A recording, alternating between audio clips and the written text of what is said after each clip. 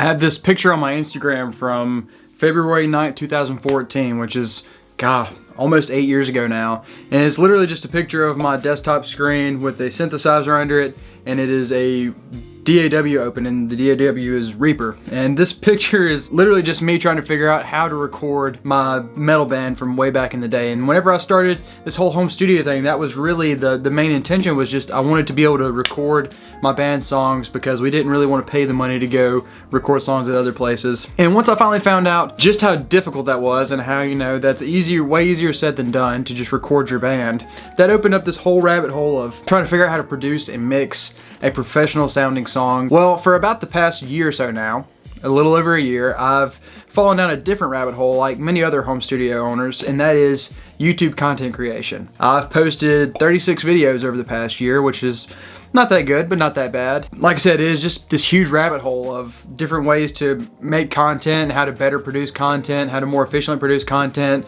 just all this different camera stuff and audio stuff. It's a huge rabbit hole. So in today's video, I want to share a list of things with you that I've implemented in my home studio that I think have just really upped my skills as a video and a music producer. These are different objects throughout the room that once I implemented them into my studio, it was just like a light switch, and like the quality of the content that I was making just almost immediately got better with these few objects. So much of this venture of making music and making YouTube videos is actually just honing your craft and getting good at your skills. However, there are pieces of gear and objects that you can implement that would just make it better almost immediately. So that's what I want to take a look at in today's video. If you guys enjoyed today's video, please do hit that like button as well as that subscribe button if you want to see more videos from me in the future. Let's go and get into the video. So the first thing on this list that will immediately make your video and your music production way better is if you put some bass traps and some acoustic panels in your home studio. Specifically, I have on my wall right here 2 7-foot bass traps. These are 6 or 8 inches thick and they're 7 feet tall. Those specific panels have been pretty great for music production specifically because I pick them up and I move them into just about any spot in the room. Throw one more acoustic panel on top of them and then you have like a really good makeshift vocal booth. I've used that multiple times when recording vocalists in this room and it has worked really well in my opinion. I've tried closet booths, I've tried PVC pipe with packing blankets for booths, I've tried just doing them in the open control room, and that has been my favorite option so far. Those 2 big panels along with acoustic panels on your first reflection points on the ceiling and on the walls, pretty much anywhere else you can put acoustic panels, it's going to immediately up the sound quality of your videos, and then you'll also be able to more accurately hear the music that you're mixing. But like I said earlier, the 2 big panels that you can move, they need to be tall enough for people to stand underneath them, and then put one panel on top of them. It is just a really great makeshift vocal booth, and I think that's probably your best option for a home studio from my experience so far. So the next thing on this list that is incredibly important for both your video and your music production are the lights in your home studio. Specifically with video production, lighting is probably the most important thing. If I had to guess, I would say it would go lighting, camera lens, and then camera. I used to use these newer softbox lights, but I recently switched those for these LED panel lights, which are really great because you can change the temperature on the back of them, and they are also very slim, so they can just stand up against the wall and they are not obnoxious and take up a ton of room like these really big softboxes. Whenever I had the soft boxes, I felt like I needed to take them down whenever I had someone coming over for a mixing or a recording session. These I do not mind keeping on the walls or keeping out. They just look good. Another set of lights that I've incorporated in my home studio are these LED floor lights that I got this idea from Andrew. You see the blue behind my screen? They come with this remote and you can change them to all these different colors. You can make them flash or make them kind of fade. It's just really, really cool for setting the mood in the home studio for whatever kind of, whatever kind of vibe you're going for. It's really cool. But they also help with setting the temperature for my videos. So like if it's just too, warm or too cool in the room for one day for whatever reason, I can make those colors either red or blue or orange, just whatever kind of suits the video for that day. And those are really, really dope for that as well. I've also incorporated some other lights in the room, and these are probably my favorite, and I've talked about these in a video before, but they are my Sangled smart LED light bulbs that I have throughout the room. I'll put a screenshot of the app, but you can turn on and off the lights with your phone, as well as you can change all the different colors of the lights. You can set routines so that they get dimmer in the evening or brighter in the evening, whatever you need.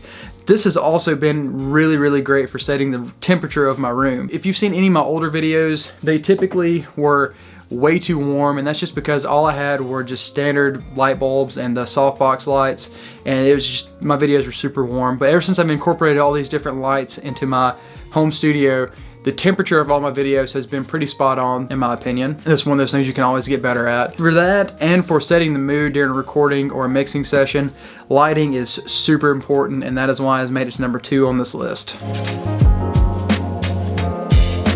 So the next thing on this list may seem kind of lame, but in my opinion it is very important, and it has also helped me want to be in my home studio more often, and has made it just more pleasant of an experience to sit in this room as long as I do sometimes. And that is, I have pictures on the walls, I have plants on my acoustic panels, and I have shelves with guitar pedals and stuff displayed. And all of this has really just helped to make more backdrop opportunities for videos, basically. There are several different angles in my room that look good on video, and that's because of the pictures and the plants and the shelves that I have on the wall. But also, the shelves have served as storage because I'm in this room and there's not a ton of storage. So I have my guitar pedals and stuff sitting on that shelf, and that looks pretty good. I may have gone a little overboard with the greenery, but I really like the greenery in my room. Have some on this amp, some on the wall, on that acoustic panel. It just looks good in my opinion. So if you're trying to just set the mood in your room, or have more storage, or have more backdrops for videos, plants, shelves, pictures, don't leave your walls bare. It just looks weird. It makes it look like you know, hate society or something. So another very practical thing that I've implemented into my home studio goes back to what I just said on the shelves portion, and that is pegboard in my closets. I have pegboard in both of my closets, and that is to help for storage, for cables, for just anything that you can hang up on the wall. I have pegboard in the closets for that specifically, and that has been a huge game changer as far as storage goes. Before I put the pegboard on the wall, I just had all of my cables in boxes and still in moving boxes, and it's just, if you're like me, if you know that you have a mess somewhere, it's kind of hard to be productive, and it's hard to be creative if you know that you have a mess. And the pegboard has been a huge game changer on that for me. So if you have a problem with messy cables lying around in your studio, I highly recommend some pegboard. Just hang your stuff up, get stuff off the floor, hang it up, get some pegboard. Let's go to the next thing. I'm actually pretty hesitant to put this last thing on the list, and that's just because it's probably not a very practical upgrade for a lot of people. But in my opinion, as far as just my workflow and for me enjoying being in the room and just the way the room looks, the centerpiece of the room is so important, and that is my studio desk. I just remember, you know, over a year ago, so working on an old, just gross looking computer desk that did not handle cable management well, was not made for music production, did not have a lot of real estate, and it was just a nightmare. And it kind of, I mean, I even remember this desk, you couldn't even sit in the middle of the desk. It had like a cutout on the left side for you to sit on, and then had storage on the right side. It was not good. This studio desk that my dad and I built at the beginning of the quarantines back in 2020, we built this basically output platform desk for about 300 bucks.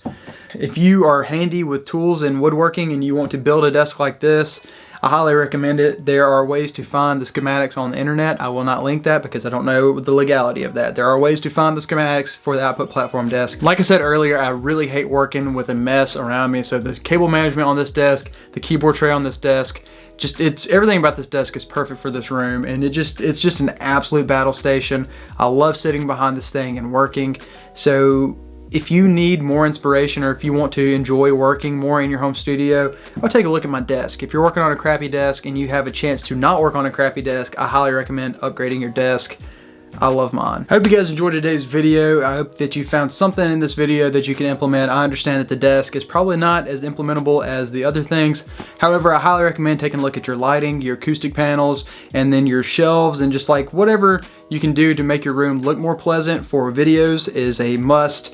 And anything that you can also implement that will increase your music production and just the vibe of your room. Video and music just have so many overlaps that it's just really easy, in my opinion, to make a home studio that caters to both video and music production, and that is what I'm trying to do in this home studio that I have at the moment. Like I said earlier, if you guys enjoyed the video, please do hit that like button as well as the subscribe button. I will see you guys in the next video.